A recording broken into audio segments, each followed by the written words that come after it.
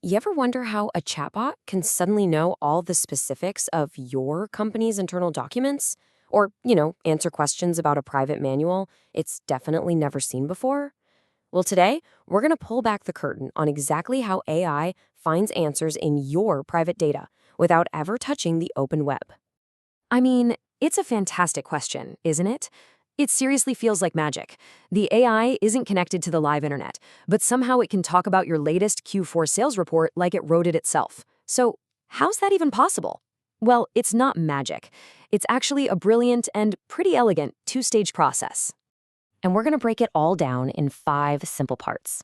We'll start with what I like to call the library problem. Then we'll walk through the 2 main stages, how we organize the knowledge, and then how the AI finds it. After that, we'll see how it all comes together to create an answer. And we'll wrap up with some really useful pro tips. Okay, so the best way to get your head around this whole thing is to imagine we're not just, dumping a bunch of random documents on an AI.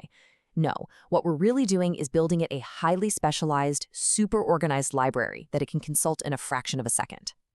The secret sauce to this whole super smart library thing is a 2-stage process. The industry term for it is Retrieval-Augmented Generation, or RAG for short. It sounds super technical, I know, but it really just boils down to 2 simple ideas. First, we have to organize the library, and second, we teach the AI how to find stuff in it. That's it. So let's jump into stage 1 and see how we actually build this thing. We're talking about organizing the knowledge. Because before an AI can answer a single question about your data, we have to get that information prepped and structured in a really specific way. It really happens in 3 steps. First, we take all our documents, articles, manuals, whatever, and we break them down into smaller pieces or chunks. Think of it like taking a whole book and just looking at it 1 paragraph at a time. Then each one of those chunks gets passed through a special model, like OpenAI's Text Embedding 3, and it creates unique semantic code for it. And finally, we store all those codes in what's basically a magical card catalog called a vector database. You might have heard of ones like Pinecone or Chroma. So what exactly is this semantic code I keep talking about? Well, its proper name is an embedding. And as you can see here, an embedding is just a vector, which is a fancy way of saying a long list of numbers that captures the real meaning of a piece of text. It's how we turn fuzzy human concepts into cold, hard math that a computer can actually work with. And the result of all this is, well, it's incredibly powerful.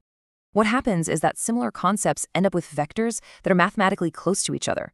So in our AI's library, a paragraph about fourth quarter revenue targets is going to be right next to one about end-of-year sales goals, even if they don't share a single keyword.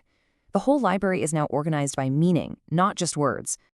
Okay, so our library's built, it's all organized by meaning, awesome.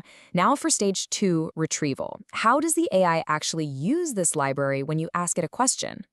It's basically a mirror image of the process we just saw. First, your question gets its own embedding, its own semantic code. Then, the system does what's called a nearest neighbor search. It just looks for the document chunks whose codes are mathematically closest to your question's code. And finally, it grabs the top few results, bundles them together, and calls that the context. Here's a perfect example to make it real. The embedding for the question, what were our Q4 sales goals, is going to be incredibly close, mathematically, to the embedding for the document chunk that says, in the fourth quarter, the team targeted a 15% increase in revenue. See, the system finds the match based on the idea, not just because they share the word Q4.